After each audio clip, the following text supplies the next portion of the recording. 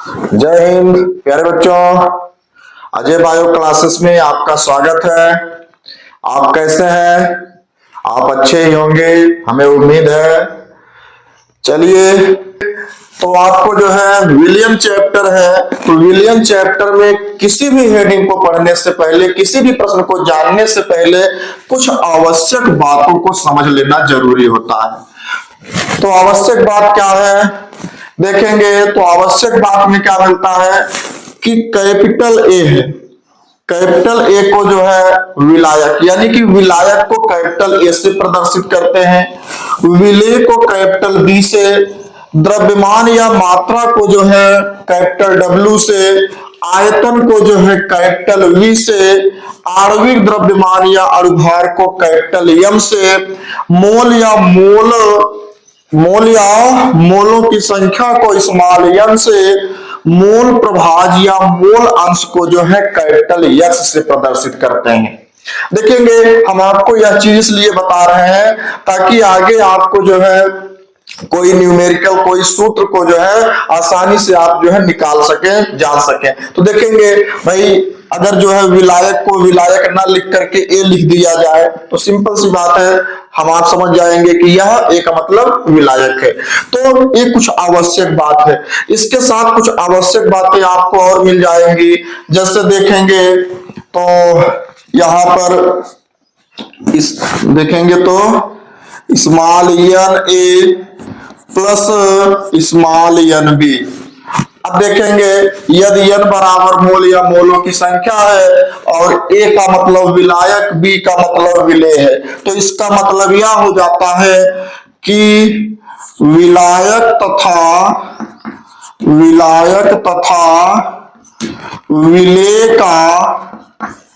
विलेय का अब यहां पर मोलों की संख्या लिख दीजिए, चाहे मोल लिख दीजिए, विलेय के मोलों की संख्या, इसका मतलब यह हो जाता है मोलों की संख्या, इतनी चीज।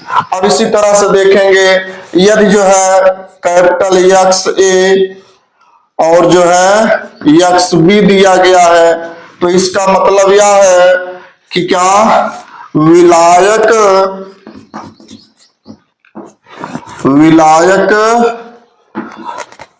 का मोल प्रभाज या मोल अंश,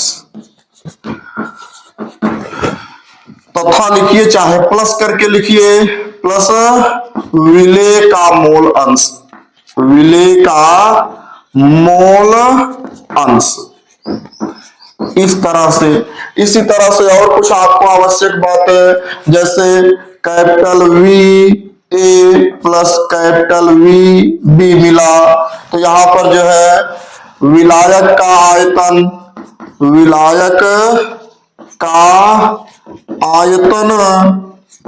प्लस विलेय का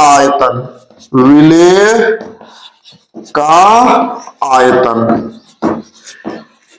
इसी तरह से यहां पर जो है W A plus W B, अगर W A plus W B मिलेगा तो विलायक का द्रव्यमान और जो है विलेय का द्रव्यमान हो जाएगा। इसी तरह से यम ए और यम बी, तो क्या मिलेगा, विलायक का आणविक द्रव्यमान यानी कि अणुभार प्लस जो है विलेय का अणुभार। तो इतनी आवश्यक बातों को जो है इस चैप्टर में सबसे पहले जो है क्या करना है, आपको नोट कर लेना है, समझ लेना है। देखेंगे तो सबसे पहले तो आप जो है पेन और कॉपी लेके बैठ जाइए। देखेंगे भाई, कोई चीज जो है अगर लिखते चलेंगे, नोट करते चलेंगे, तो जो है बिल्कुल दिमाग में बना रहेगा। तो इसको सबसे पहले जो है आप वीडियो को पॉज करके जो है नोट कर लिया कीजिए और नोट कर लीजिए पहले। चलिए तो देखेंगे, यहां पर एक चीज और आप देखेंगे कि देखिए, कोई पात्र है, कोई बर्तन है। अब इस बर्तन में भैया क्या किया गया है कि जैसे मान लीजिए जल और जो है चीनी का घोल है, इस बर्तन में जल और चीनी का घोल है। अब देखेंगे तो जल और चीनी का घोल यानी कि शरबत है। भाई शरबत बना है, इस तरह से लिख देंगे। होगा क्या यहाँ पर कि जो जल है और यहाँ पर जो चीनी है, इन दोनों का संयोग हुआ, ये दोनों मिले तो एक नया पदार्थ बना जिसे आप शरबत नाम दे दिए। अब यही शरबत ही विलयन कहलाएगा। और देखेंगे इस विलयन यानी कि शरबत रूपी जो विलयन बना है, इस विलयन में देखेंगे तो जो एक तो घुला है और एक घोला है। इस शरबत में देखेंगे तो चीनी जो है क्या है, घोली गई है। किसके द्वारा? जल के द्वारा। यानी कि जल जो है चीनी को घोल रही है। जो जिसको घोलेगी वह जो है विलायक होगा, वह जो है विलायक कहलाता है। और जो घुलती है, जो शरबत में घुली होती है, वह जो है विलेय पदार्थ कहलाती है। ये सबसे ज्यादा जरूरी है। अब परिभाषित करने की बात आएगी तो आपको पहले से भी पता है कि किसी विलयन में जिस पदार्थ की मात्रा ज्यादा होती है वह विलायक कहलाता है, और जिस पदार्थ की मात्रा कम होती है विलेय कहलाता है। और देखेंगे इसको अगर और भी तरह से परिभाषित करें तो आप इसको और भी तरह से परिभाषित कर सकते हैं कि विलयन में विलीन हुआ पदार्थ, विलीन मतलब जो घुल गया, विलयन में विलीन हुआ पदार्थ विलेय पदार्थ कहलाता है। और किसी विलयन में विलेय पदार्थों को विलीन करने वाला पदार्थ यानी कि घोलने वाला, किसी विलयन में विलेय पदार्थों को विलीन कराने वाला यानी कि विलेय पदार्थों को घोलने वाला जो पदार्थ होता है विलायक कहलाता है, सॉल्वेंट कहलाता है। सॉल्वेंट जिसे आप कैपिटल ए से प्रदर्शित करते हैं। और उस विलयन में जो विलीन होता है विलेय कहलाता है यानी कि सालूट कहलाता है, जिसे आप कैपिटल बी से प्रदर्शित करते हैं। अभी आप देखें आवश्यक बातों में, एक पात्र है, इस पात्र में चीनी और पानी का जो है मिश्रण आप तैयार किए यानी कि शरबत बनाए। तो शरबत में देखेंगे तो एक तो घुला और एक घोला। जो घुला पूरे जो शरबत का लाया तो विलयन हो गया, शरबत यानी कि विलयन हो गया, यानी कि सॉल्यूशन जिसे आप कहते हैं। इस पूरे सॉल्यूशन में जो घुला यानी कि किसी विलयन में घुलने वाला पदार्थ यानी कि विलीन होने वाला पदार्थ विलेय पदार्थ कहलाता है, सॉल्यूट कहलाता है। और किसी विलयन में विलेय पदार्थों को विलीन कराने वाला यानी कि घोलने वाला पदार्थ विलायक यानी कि सॉल्वेंट कहलाता है। इस तरह से और देखेंगे तो आपको अभी सिंपल अगर चले तो किसी विलयन में जिस पदार्थ की मात्रा ज्यादा होती है विलायक, किसी विलयन में जिस पदार्थ की मात्रा कम होती है विलेय कहलाता है। तो इतनी बात तो भाई हो गई। अब चलते हैं हेडिंग पर। आपके जो मोस्ट इंपॉर्टेंट प्रश्न है वह है मोलरता को परिभाषित कीजिए। तो देखेंगे तो 1 लीटर विलयन है, इस विलयन में घुले विलेय के मोलों की संख्या, जैसे ये जो विलयन लिया गया है, मान लीजिए चीनी और पानी का जो विलयन तैयार हुआ वह 1 लीटर है, यह जो है 1 लीटर में है। अब इस 1 लीटर विलयन में विलेय के मोलों की संख्या यानी कि जो पदार्थ इस विलयन में विलीन हुआ है इसके मोलों की कितनी संख्या है, विलयन की मोलरता कहलाती है, जिसे कैपिटल एम से प्रदर्शित करते हैं। 1 लीटर विलयन में विलेय के मोलों की संख्या को उस विलयन की मोलरता कहते हैं, जिसे कैपिटल एम से प्रदर्शित करते हैं। विलयन 1 लीटर लिया गया, इस 1 लीटर पूरा जो विलयन बना विलायक और विलेय के संयोग से, वह जो है अगर 1 लीटर बना है, 1 लीटर लिया गया तो इस 1 लीटर विलयन में ये विलेय पदार्थों की जितनी मोलों की संख्या उपस्थित होगी विलयन की मोलरता कैपिटल एम कहलाएगी।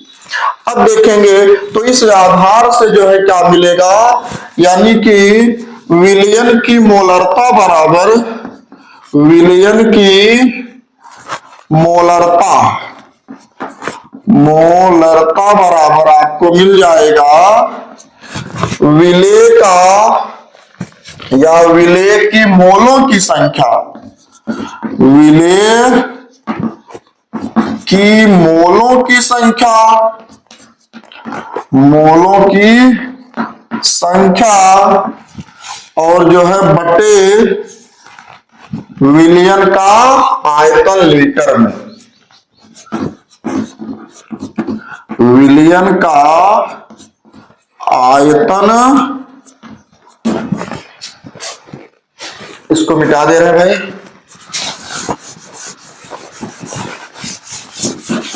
विलयन का आयतन लीटर में है। इस आधार से आपको एक फार्मूला मिल जाता है। अर्थात अगर इसको हम कुछ इस तरह से लिखना चाहें तो ऐसे भी लिख सकते हैं कि विलयन की मोलरता को कैपिटल एम से प्रदर्शित करते हैं, तो कैपिटल एम बराबर विलेय के मोलों की संख्या, यानी कि विलेय को कैपिटल बी से आप प्रदर्शित किए, अभी आपको संकेत में बताया गया, और मोलों की संख्या को स्मॉल एन से प्रदर्शित किए, यानी कि हो जाएगा कि एन बी बटे विलयन का आयतन लीटर में। तो विलयन का आयतन लीटर में यानी कि एन बी बाई वी, उसके बाद क्या कर देंगे लीटर में, इस तरह से यह आपको एक फार्मूला मिल जाता है। यानी कि कैपिटल एम बराबर एम जो है विलयन की मोलरता, एम बराबर विलेय के मोलों की संख्या, एन बी बाई विलयन का आयतन लीटर में, वी मिल गया। इस तरह से और चलेंगे। अब देखेंगे अगर इसको और सरल करना चाहें और सिंपल करना चाहें तो आपको पता है कि जो मोल होता है, मोल को स्मॉल एन से प्रदर्शित करते हैं। क्या मिला, हम जानते हैं कि क्या मोलों की संख्या स्मॉल एन बराबर डब्ल्यू बाई एम होता है। इतना मिलता है, आपको पहले से पता है, आपको इतना जानकारी है कि विलयन के मोलों की संख्या एन बराबर डब्ल्यू बाई एम होता है। तो इस आधार से अगर इस फार्मूले को इस पे रखा जाए तो आपको क्या मिल जाएगा, क्या मिलेगा, कैपिटल एम बराबर, कैपिटल एम बराबर मिल जाएगा। देखेंगे तो हाँ यहां मिला ना, W B upon M B into का वी मिल जाएगा। इतनी चीज आपको इस तरह से मिल जाएगी, यह चीज मोलरता एम बराबर N B by V litre में मिला, और आपको पता है कि एन बराबर जो है डब्ल्यू अपान एम होता है।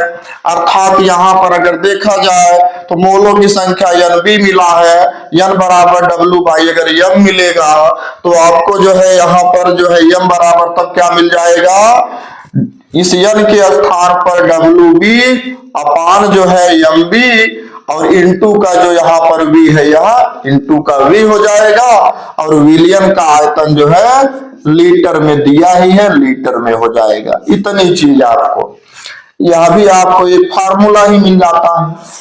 और इसी तरह से देखेंगे यदि जो है वैल्यू जो है इसका जो है मिलीलीटर में दिया होगा तब क्या करेंगे आप, तो यहां पर देखेंगे इस तरह से, यहां पर यदि वैल्यू एमएल में दिया हो, यानी कि मिलीलीटर में दिया गया हो तब जो है क्या हो जाएगा, कैपिटल एम बराबर W B upon M B into का वी, किसमें, मिलीलीटर में, और जो है गुणे क्या कर देंगे 1000 से गुणा कर देंगे, तो जो है वैल्यू का जो इसका वैल्यू होगा वह मिलीलीटर में आ जाएगा। इतनी चीज क्या मिला, 1 लीटर विलयन में विलय के मोलों की संख्या, विलयन जो है 1 लीटर था, उस 1 लीटर विलयन में जो विलय पदार्थ था उसके मोलों की संख्या विलयन की मोलरता कहलाई। अर्थात विलयन की मोलरता बराबर विलय के मोलों की संख्या बटे विलयन का आयतन लीटर में मिला।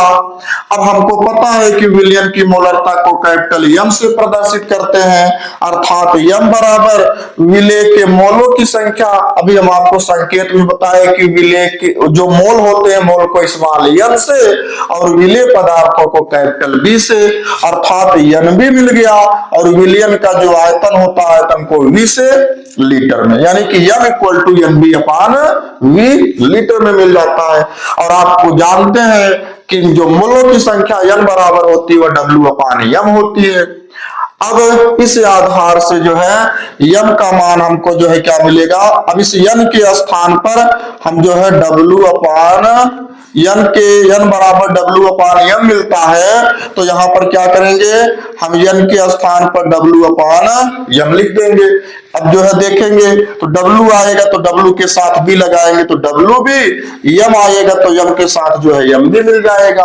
और इधर जो है गुणे में वी है ही, वी लिख दिए विलयन का आयतन लीटर में, अर्थात एम बराबर W B upon M B into V in litre मिल गया।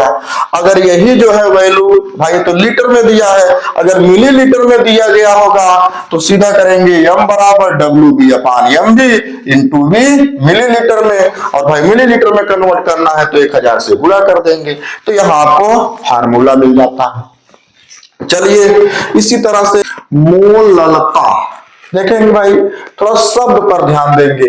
वह था मोलरता, मोलरता यानी कि मोलैरिटी, यह है मोललता, मोललता यानी कि मोलैलिटी। क्या मोलैलिटी, एम ओ ए है molality, M O L A L I T Y, ये मोलैलिटी है। देखेंगे तो जो मोस्ट इंपॉर्टेंट प्रश्न आपको मिलता है, मोललता की परिभाषा दीजिए। देखेंगे तो यहां पर जो है 1 किलोग्राम विलायक में घुले विलय के मोलों की संख्या, इतनी चीज। अब थोड़ा दिमाग लगाएंगे आप, जो मोलरता था उस मोलरता में जो है क्या था कि विलयन में विलय के मोलों की संख्या पता करना था, विलयन में विलय के मोलों की संख्या। यहां पर विलयन में विलय के मोलों की संख्या नहीं पता करना है आपको, यहां पर जो है 1 किलोग्राम विलायक यानी कि जिसमें विलय पदार्थ घुला है, तो 1 किलोग्राम जो विलायक है, इस 1 किलोग्राम विलायक में घुले जो विलय के मोलों की जो संख्या होगी वह जो है मोललता कहलाती है, मोललता कहलाती है। इसे स्मॉल एम से प्रदर्शित करते हैं।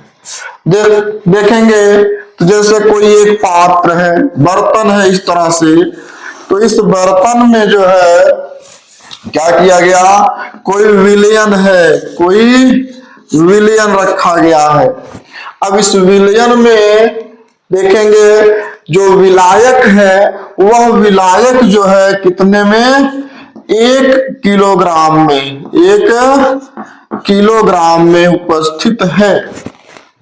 तो 1 किलोग्राम जो है क्या है, जो विलयन है उस एक विलयन में 1 किलोग्राम क्या है, विलायक है। अब इस 1 किलोग्राम जो विलायक है, इस 1 किलोग्राम विलायक में जितने विलय के कण घुले होंगे, जितने विलय घुले होंगे, जितना जो है विलय पदार्थ जो है यानी कि विलय के मोल घुले होंगे, उनकी जो संख्या होगी वह जो है विलयन की मोललता कहलाती है। बहुत इजी है, बहुत सिंपल है, बिल्कुल सरल है, कुछ है नहीं। मोलरता और मोललता में थोड़ा सा डिफरेंस है। वहां पर जो है विलयन में विलय के मोलों की संख्या थी और यहां पर जो है विलायक में 1 किलोग्राम विलायक वहां पर जो है विलयन का आयतन था, और यहाँ पर विलायक का जो है किलोग्राम में द्रव्यमान है, और इसमें विलेय के मोलों की संख्या है। देखेंगे तो इस आधार से आपको जो है क्या मिलेगा, अर्थात क्या मिल जाएगा आपको कि 1 किलोग्राम विलायक में विलेय के मोलों की संख्या है, यानी कि विलेय का मोल स्मॉल m यानी कि मोललता बराबर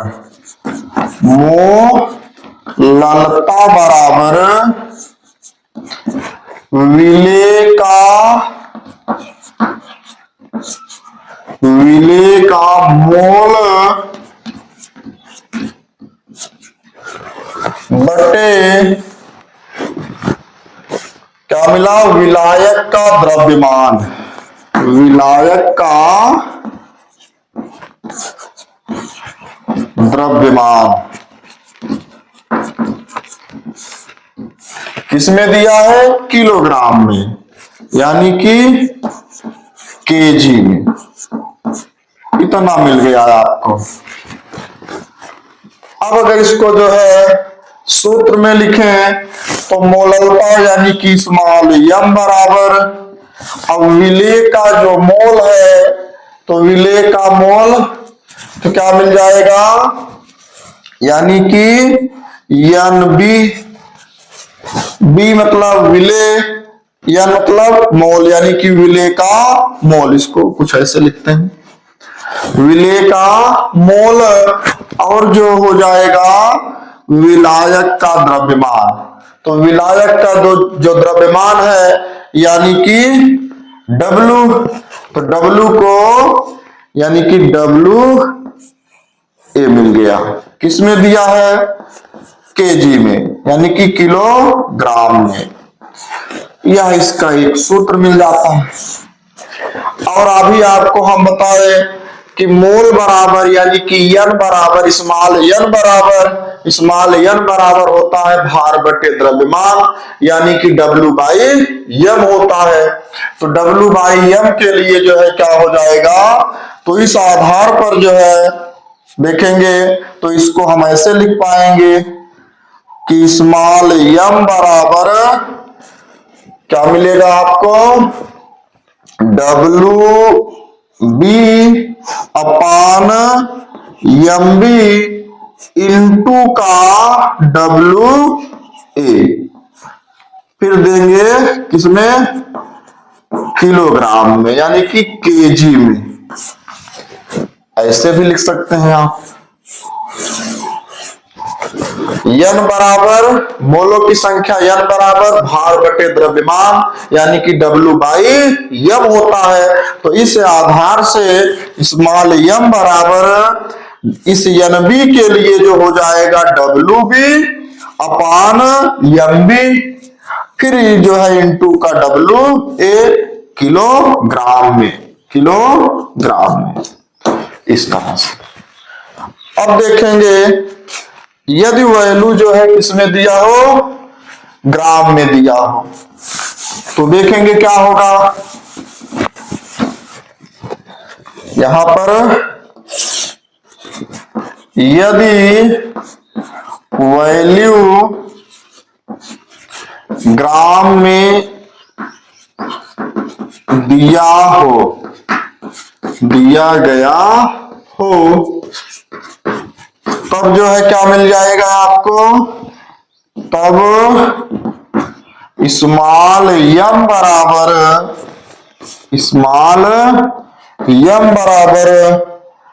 WB/MB इंटू का WA।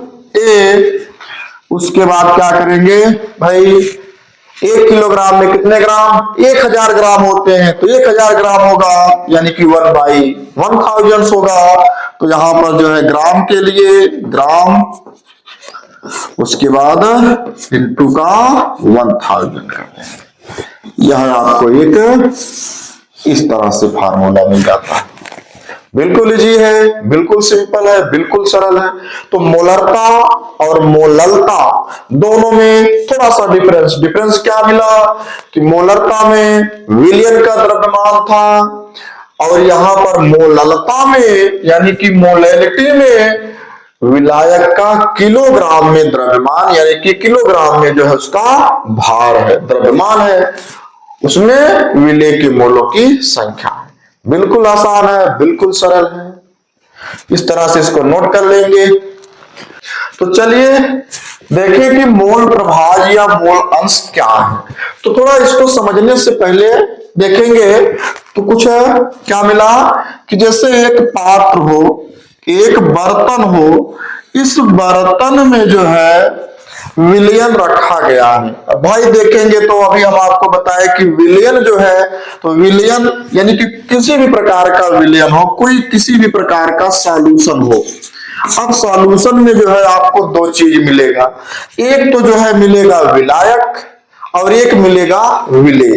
यानी कि एक घटक के रूप में जो है विलायक मिलता है जिसे आपको जो है कैपिटल ए से आप प्रदर्शित करते हैं, और दूसरा जो है घटक के रूप में विलेय पदार्थ मिलता है जिसे आप कैपिटल बी से प्रदर्शित करते हैं। यानी कि विलायक और विलेय, विलेय और विलायक के मिश्रण से बनने क्या मिला, विलायक और विलेय के संयोग का जो समांग मिश्रण होता है वह विलयन कहलाता है। भाई विलयन में देखेंगे तो एक तो विलेय पदार्थों को घोलने वाला और एक जो है विलायक जो है किसी पदार्थ यानी कि विलायकों के द्वारा घुलने वाला। एक तो जो है विलेय को घोलता है और दूसरा जो है घुलता है। तो सिंपल है, जो घुलता है वह विलेय है और जो घोलता है वह विलायक है। यानी कि एक जो है जो ज्यादा है वह विलायक है और एक जो कम है वह विलेय है। तो इस प्रकार से विलयन में दो मुख्य घटक मिल जाते हैं, एक विलायक के रूप में और दूसरा विलेय के रूप में। अब इतनी चीज अगर स्पष्ट हो गई तो अब देखेंगे इसके मोल प्रभाज यानी कि मोल अंश को।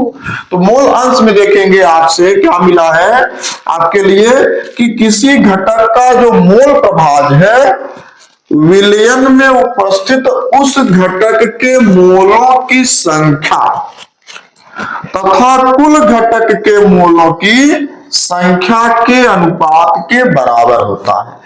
कहने का मतलब यहां पर यह है, इसको हम कुछ ऐसे परिभाषित करें अथवा करके, तो क्या कि विलयन में किसी घटक के मोलों की संख्या, ऐसे विलयन में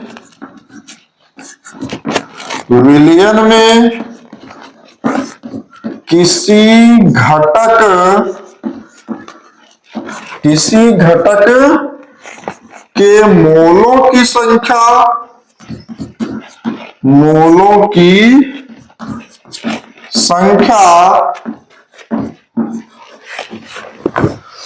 तथा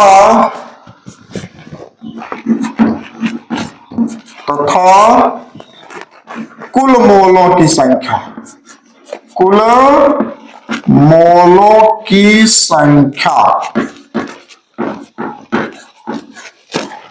कुल मोलों की संख्या उस घटक का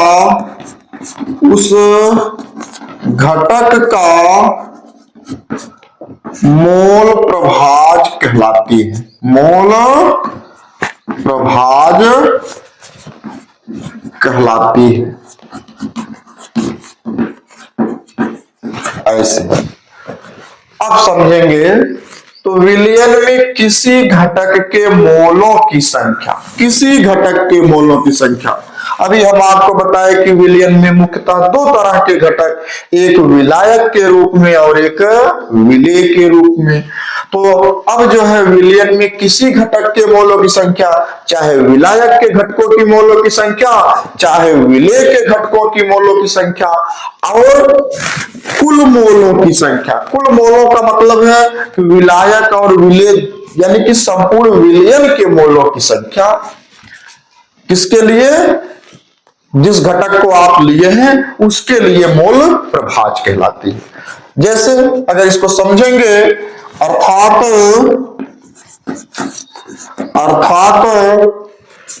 घटक ए के लिए, घटक ए का मोल प्रभाज, घटक ए का मोल प्रभाज, भाई मोल प्रभाज को आप कैपिटल यक्स से प्रदर्शित करते हैं। तो घटक ए का मोल प्रभाज यानी कि कैपिटल यक्स ए, तो कैपिटल यक्स ए बराबर जो है क्या मिलेगा, घटक ए के मोलों की संख्या यानी कि यन ए अपान कुल मोलों की संख्या, कुल मोलों की संख्या यानी कि यन ए प्लस यन बी, यन ए प्लस यन बी, इतनी चीज। क्या मिला, विलयन में किसी घटक के मोलों की संख्या। भाई विलयन में किसी घटक के रूप में अगर हम घटक ए को ले लें, घटक ए यानी कि विलायक को ले लें, तो विलायक का मोल प्रभाज जो होगा कुल मोलों की संख्या, कुल मोल मतलब घटक ए और घटक बी यानी कि यन ए प्लस यन बी की संख्या ही क्या होगी, उस घटक की यानी कि जिस घटक का आप ले रहे हैं यानी कि घटक ए का मोल प्रभाज यानी कि यक्स से बराबर यन ए अपान यन ए प्लस यन बी मिल जाएगी।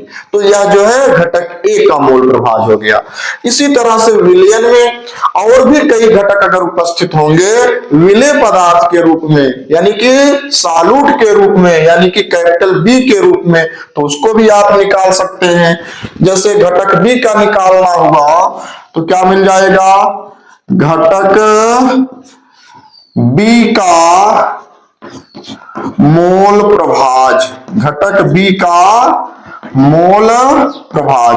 भाई मोल प्रभाज को कैपिटल यक्स से प्रदर्शित करते हैं, तो कैपिटल यक्स घटक बी यानी कि विलेय का, तो हम जो है यक्स बी लिख देंगे, यक्स बी बराबर क्या मिलेगा, यक्स यानी कि एनबी का, एनबी के मोलों की संख्या और बटे जो है कुल मोलों की संख्या यानी कि पूरे विलयन के मोलों की संख्या यानी कि यन विलय मतलब उस विलयन में विलेय और विलायक दोनों हैं, तो यन ए और प्लस यन बी, यन बी। तो यह तो हो गया घटक बी का मोल प्रभाज। इस तरह से अब देखेंगे तो विलेय पदार्थ के रूप में और भी कोई विलेय पदार्थ, भाई जरूरी नहीं है कि विलेय पदार्थ एक ही, कई प्रकार के हो सकते हैं, तो उन सबका भी मोल प्रभाज इस तरह से निकाल लेंगे। अगर जो है यही चीज विलयन का मोल प्रभाज निकालना हो तो विलयन का मोल प्रभाज क्या हो जाएगा, विलयन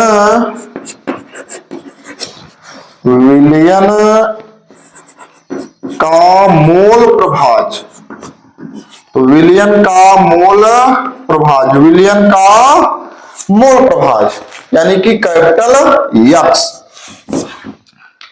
कैपिटल यक्स बराबर क्या हो जाएगा कि भाई घटक ए का मोल प्रभाज और बटे प्लस जो है घटक बी का मोल प्रभाज, यानी कि हम यहां पर जो है ले सकते हैं क्या, यक्स ए प्लस यक्स बी, यक्स ए प्लस यक्स बी।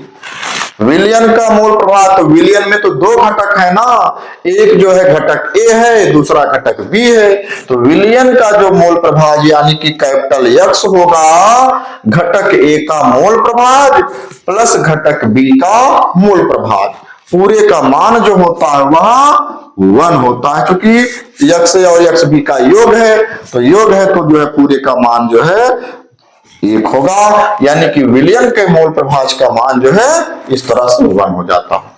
बिल्कुल सरल है, बिल्कुल इजी है, बिल्कुल सिंपल है।